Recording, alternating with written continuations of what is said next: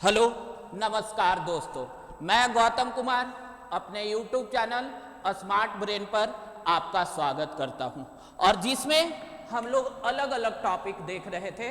कभी polity, geography और polity के कहां तक देख चुके हैं। तो पॉलिटी में हम लोग फंडामेंटल राइट्स के किसके बारे में पढ़े थे कल? समानता के बारे में, मतलब equality of law, equality before law. कहने का मतलब कि अलग अलग पॉलिटी का हरो जैसे प्रियम्बल्स है, हरो टॉपिक को क्लियर करेंगे जिसके द्वारा क्या होता है, एग्जाम में क्वेश्चन बनता है। तो हम लोग प्रियम्बल्स देख चुके हैं और इससे पहले प्रियम्बल्स के बाद हम लोग क्या देखेंगे, भारत के स्रोत के बारे में। कहने का मतलब संविधान के जो बनने के सोर्स थे उनके बारे में देखेंगे। लेकिन आज क्या देखने जा रहे हैं, सितंबर माह के इंपॉर्टेंट करेंट अफेयर्स, क्योंकि पीछे के मंथ का हर दिन का करेंट अफेयर्स करवाना नहीं पॉसिबल है।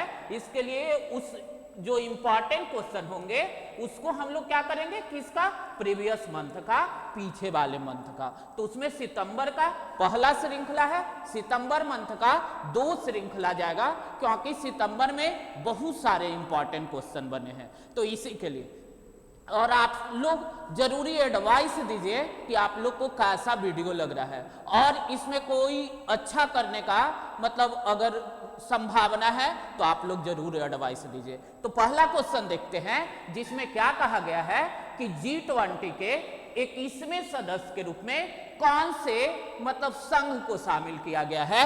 तो आप लोग जानते होंगे, हम आप लोग को G20 का एक वीडियो करवाए हैं, उसमें आप लोग को क्या बताए थे कि G20 को अब क्या नाम दे दिया जाएगा, G21 नाम दिया जाएगा।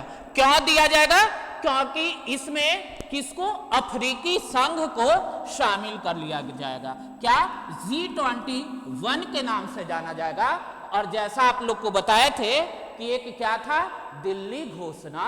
कहने का मतलब आपको बताए थे कि G20 का ट्राइका होता है। ट्राइका कहने का मतलब इससे पहले जहां हुए थे, अभी जैसे इससे पहले इंडोनेशिया के बाली में हो रहा था, अभी भारत में, और नेक्स्ट कहां, ब्राजील में होगा।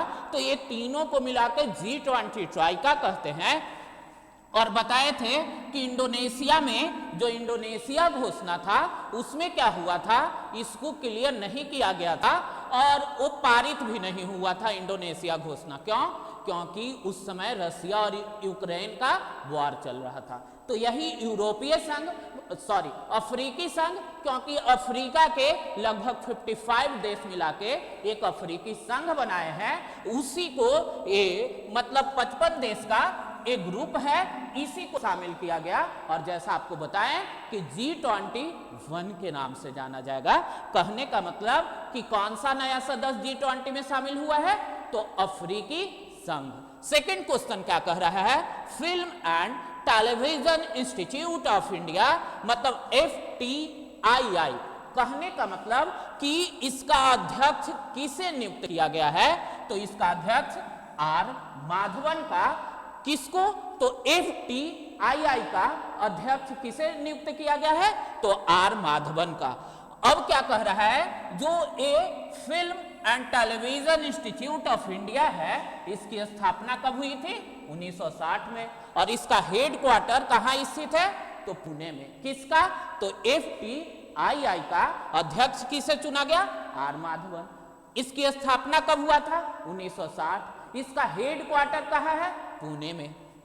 नेक्स्ट क्या कह रहा है, सूर्य मिशन आदित्य 11 को किस प्रक्षेपण यान से, आप लोग जानते होंगे कि सूर्य के बाहरी कक्षा के बारे में अध्ययन करने के लिए भारत के द्वारा आदित्य 11 मिशन भेजा गया।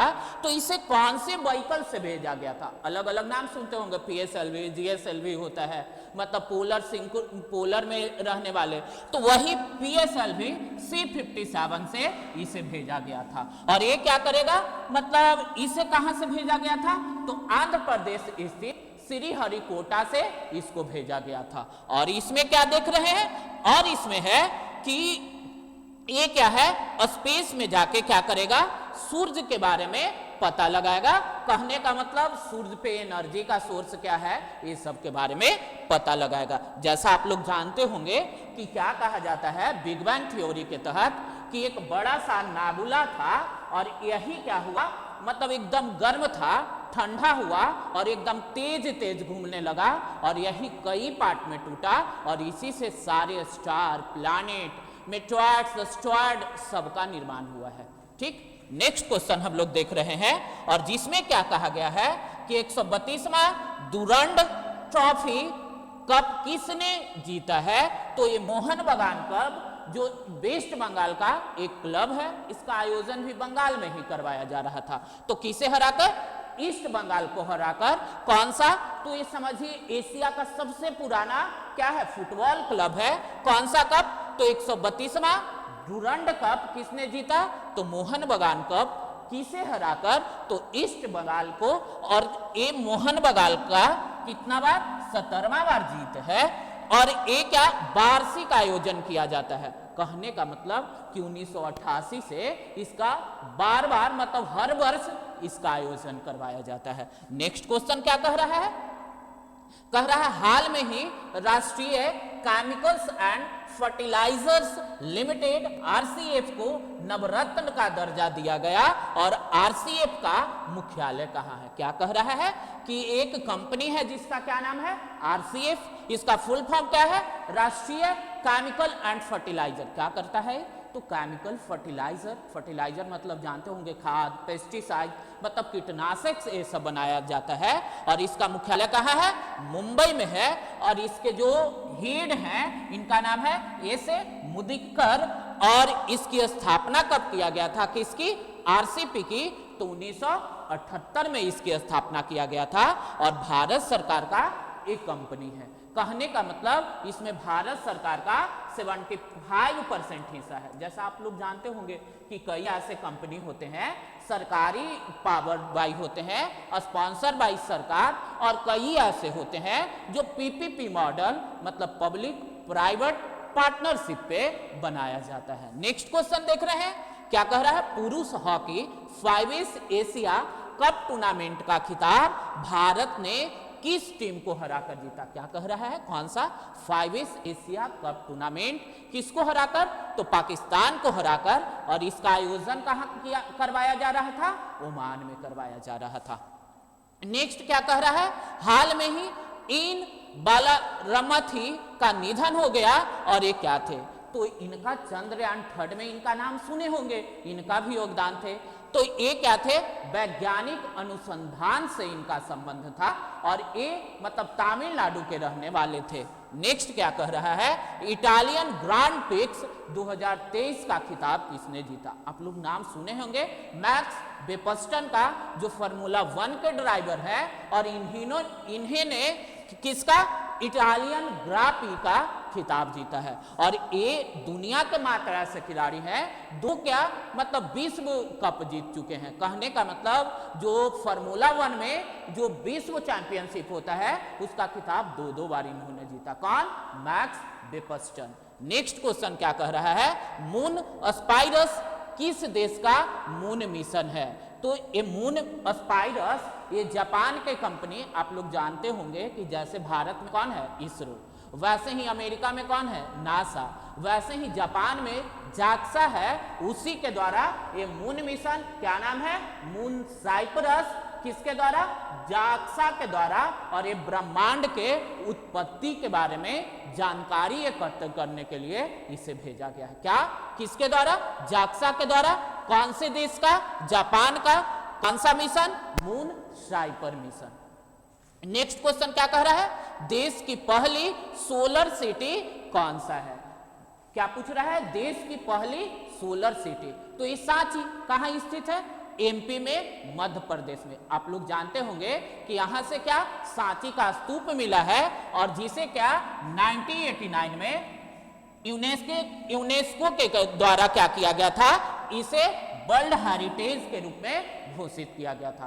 तो क्या पूछे हम, देश की पहली सोलर सिटी कौन सी है, सांची। नेक्स्ट क्वेश्चन देख रहे हैं, क्या कह रहा है, इसमें पूछ रहा है कि दुनिया की सबसे ऊंची नटराज की प्रतिमा किस राज्य में स्थापित की गई थी। तो बताए थे कि नटराज क्या होता है, मतलब इसमें शिव भगवान को मतलब दिखाया जाता है, महादेव का नृत्य करते हुए मुद्रा। और इसे कहा बताए थे आप लोग को कि G20 का बैठक हुआ था, वहीं पे मतलब नई दिल्ली में इसे स्थापित किया गया है। कहने का मतलब किसका? नटराज का। और इसका संबंध है एंशिएंट टाइम में किसे है? तो चोला डायनेस्टी से। कहां लगाया गया? दिल्ली में लगाया गया। इसका जब हाइट देखिएगा तो हाइट लगभग इसका 28 फीट और इसकी वजन 20 टन है। क्या पूछे कि नटराज की विश्व की सबसे बड़ी प्रतिमा कहां स्थापित की गई? तो ये नई दिल्ली में। और यहीं पे क्या हो रहा था? G20 का बैठक हो रहा था। उसी में क्या नाम था G20 की बैठक जहां हो रहा था?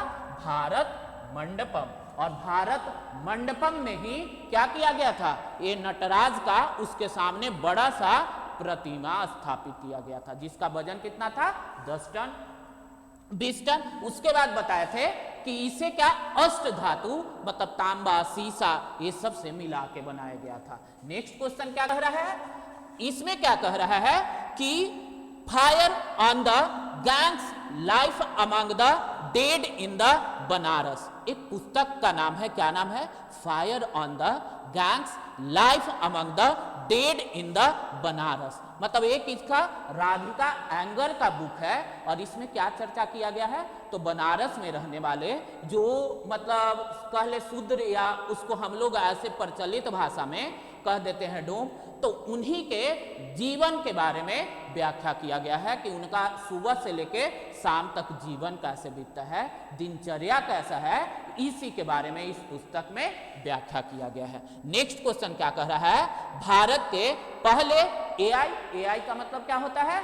मतलब एक इस पे इंफॉर्मेशन टेक्नोलॉजी, कहने का मतलब वैसा चीज है जो आर्टिफिशियल टेक्नोलॉजी पे निश्चित है। तो क्या कह रहा है कि भारत के पहले एआई संचालित एंटी ड्रोन सिस्टम का नाम क्या है? तो ये हैदराबाद में, और जिसका नाम क्या है? इंद्रजाल। क्यों लगाया गया है? ताकि ड्रोन से पूरे हैदराबाद या मतलब उस एरिया को प्रोटेक्ट किया जाए। और ये लगभग 400 वर्ग किलोमीटर में सुरक्षा कर सकता है। नेक्स्ट क्वेश्चन क्या कह रहा है? जिसमें क्या कह रहा है? वन नेशन वन इलेक्शन हेतु किसकी अध्यक्षता में समिति गठित की गई? क्या पूछ रहा है? वन कंट्री मतलब वन नेशन वन इलेक्शन किसकी अध्यक्षता में एक कमेटी गठित की गई? तो भारत के पूर्व राष्ट्रपति रामनाथ कोविंद के अध्यक्षता में एक कमेटी गठित की गई। किसके लिए? ताकि क्या लोकसभा के इलेक्शन के साथ ही क्या सरकार करवा ले, मतलब पूरे राज्य के जो असेंबली है उनका भी इलेक्शन करवा ले। तो किसकी अध्यक्षता में? भारत के पूर्व राष्ट्रपति रामनाथ कोविंद की अध्यक्षता में। क्या कह रहा है? नेक्स्ट क्वेश्चन हम लोग देखते हैं। आप लोग को अगर पसंद आ रहा होगा तो लाइक और शेयर जरूर करें। और नेक्स्ट क्वेश्चन देखते हैं, जिसमें क्या कह रहा है? हिंदुस्तानी शास्त्रीय संगीत गायिका मालिनी राजूरकर का निधन हो गया। इनका संबंध भारत के किस घराने से था? तो किनका? मालिनी राजूकर का संबंध ग्वालियर घराना। कहने का मतलब कि भारत का सबसे पुराना घराना और ख्याल से इनका संबंध था। आगे क्या कह रहा है कि 53 मतलब 53वां दादा साहब फाल्के पुरस्कार से किसे सम्मानित किया गया? तो वहीदा रहमान को क्या दिया गया? 53वां Dada Saheb Phalke life time achievement पुरस्कार, जिसको पहले भी हम बता चुके हैं।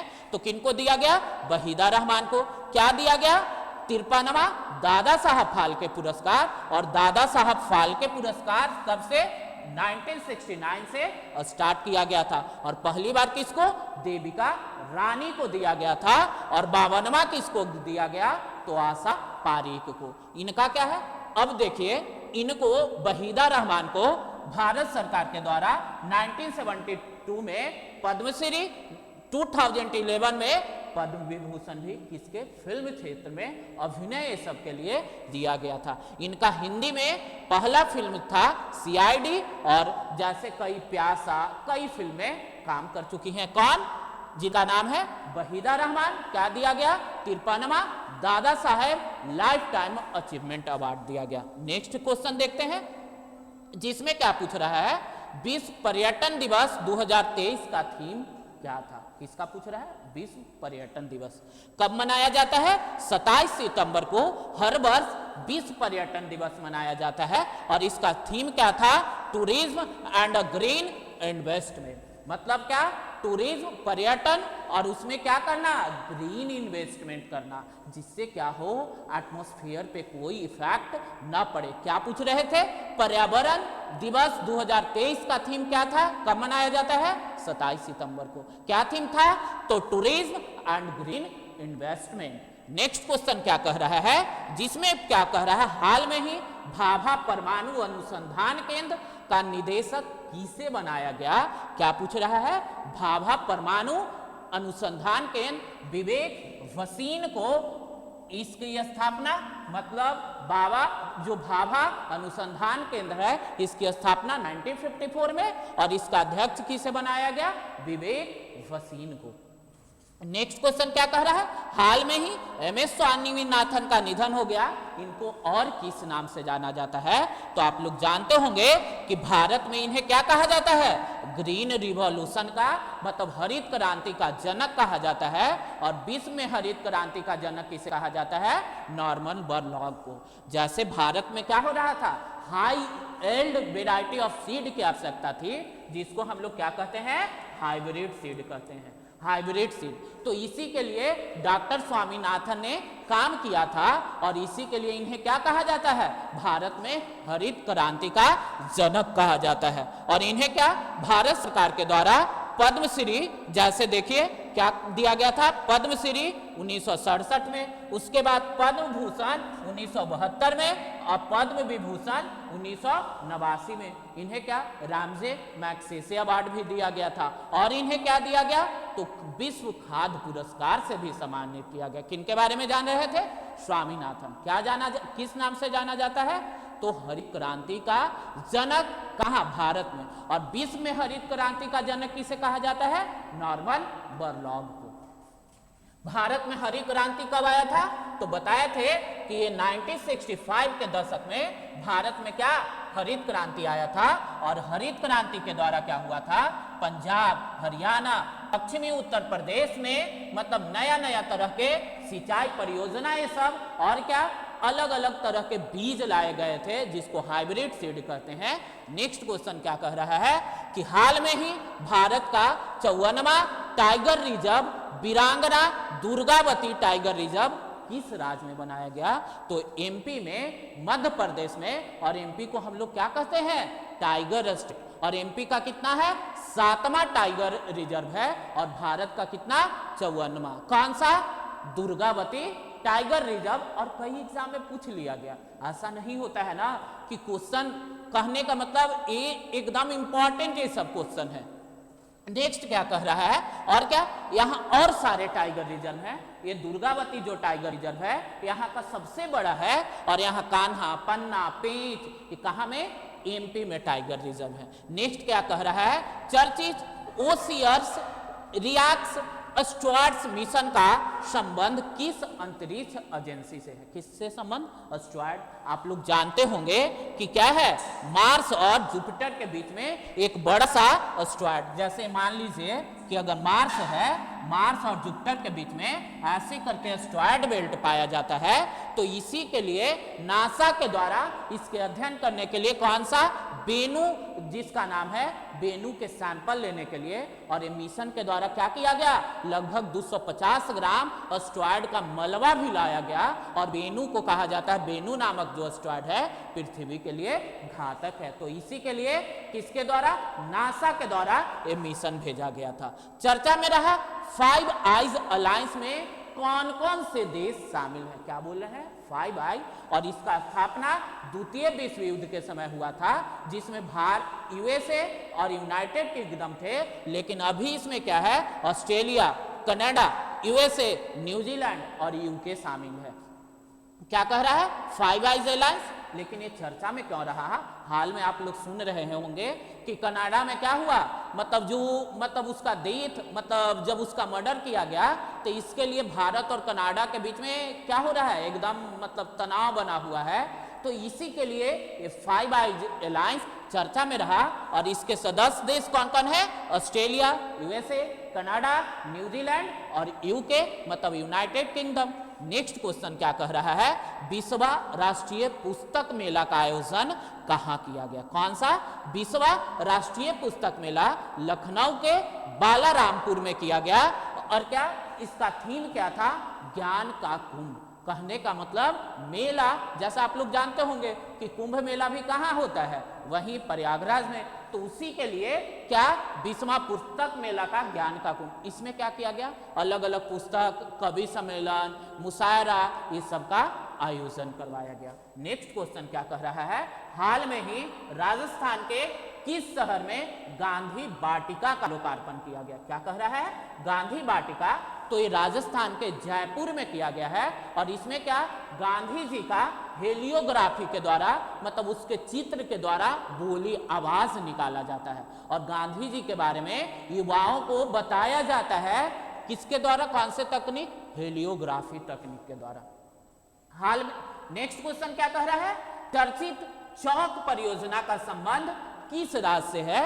तो चर्चित चौक परियोजना, चौक का मतलब समझते होंगे लिखने वाला, तो इसका संबंध छत्तीसगढ़ से है।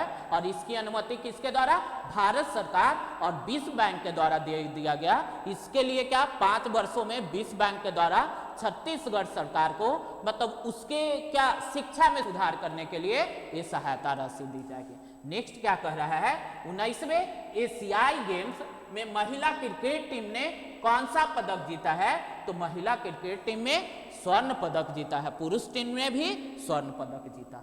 टाइम्स वर्ल्ड यूनिवर्सिटी रैंकिंग 2024 में प्रथम स्थान कौन से यूनिवर्सिटी को मिला? तो हम आपको बताए थे कि ये क्या किया गया था?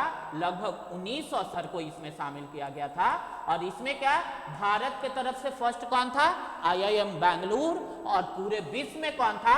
ऑक्सफोर्ड यूनिवर्सिटी प्रथम। क्या कह रहा है? टाइम्स वर्ल्ड यूनिवर्सिटी रैंकिंग में। नेक्स्ट क्वेश्चन क्या कह रहा है? World Leader for Peace and Security Award, क्या World Leader for Peace and Security Award किसे दिया गया? तो ये माता मृतांद देवी को दिया गया। कौन सा? तो world Leader for piece security मतलब शांति, ये सब के लिए दिया गया। नेक्स्ट क्या कह रहा है? अब सफा का फुल फॉर्म क्या है? तो armed force special power act. और अब सफा को पहली बार अध्यादेश जानते होंगे कि राष्ट्रपति को अध्यादेश जारी करने की शक्ति किससे है? 123 आर्टिकल के तहत। और वहीं राज्यपाल को 213 के तहत अध्यादेश। तो 1958 में अध्यादेश के तहत ये अब सफा को लाया गया था। और हाल में ही मणिपुर के पहाड़ी इलाकों में अब सफा को 6 मंथ के लिए एक्सटेंड कर दिया गया है, बढ़ा दिया गया है। नेक्स्ट क्वेश्चन क्या कह रहा है? कह रहा है कि रामसे मैग्सेसे अवार्ड 2023 किस भारतीय को दिया गया? तो रामसे मैग्सेसे अवार्ड को आप लोग जानते होंगे कि फिलीपींस के राष्ट्रपति थे, उन्हीं के नाम पे कब स्टार्ट किया गया था? तो 1957 में स्टार्ट किया गया था। और इसे भारत के रवि कमान को दिया गया। कहने का मतलब इनका संबंध किससे है? मतलब शिक्षा ये सब व्यवस्था से। और इनको भारत सरकार के द्वारा पद्मश्री भी प्रदान किया गया था। कौन सा अवार्ड? Ramsay Magsaysay award. किस नाम से जाना जाता है? एशिया का नोबेल प्राइज भी कहा जाता है। आज का लास्ट क्वेश्चन है जिसमें क्या कह रहा है? मिस अर्थ इंडिया 2023 का खिताब किसने जीता? तो ये प्रियन सेन, जो राजस्थान के कौन सा मिस अर्थ इंडिया का खिताब किसने जीता? प्रियन सेन। ये आज का कहने का मतलब कौन से मंथ का? सितंबर माह का इंपॉर्टेंट करेंट अफेयर था। और इसके आगे एक और श्रृंखला आएगा जिसमें सितंबर का बचा हुआ क्वेश्चन जो बचा हुआ है उसको करवाया जाएगा। और यहीं पे आज का क्लास लास्ट होता है। Thank you.